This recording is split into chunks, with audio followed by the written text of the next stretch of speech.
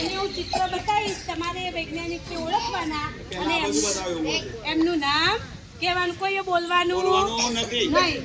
બરાબર? આપો એટલે તમને ખબર પડે આજો બોલો. Very good Sunita William.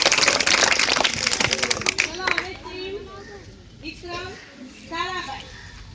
Abdul Kalam. Very good. Team Sunita William.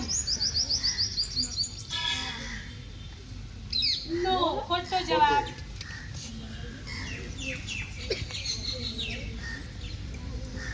એ આપણા ગામના કઈ હતા?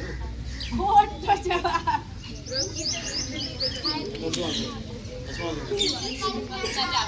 Very good.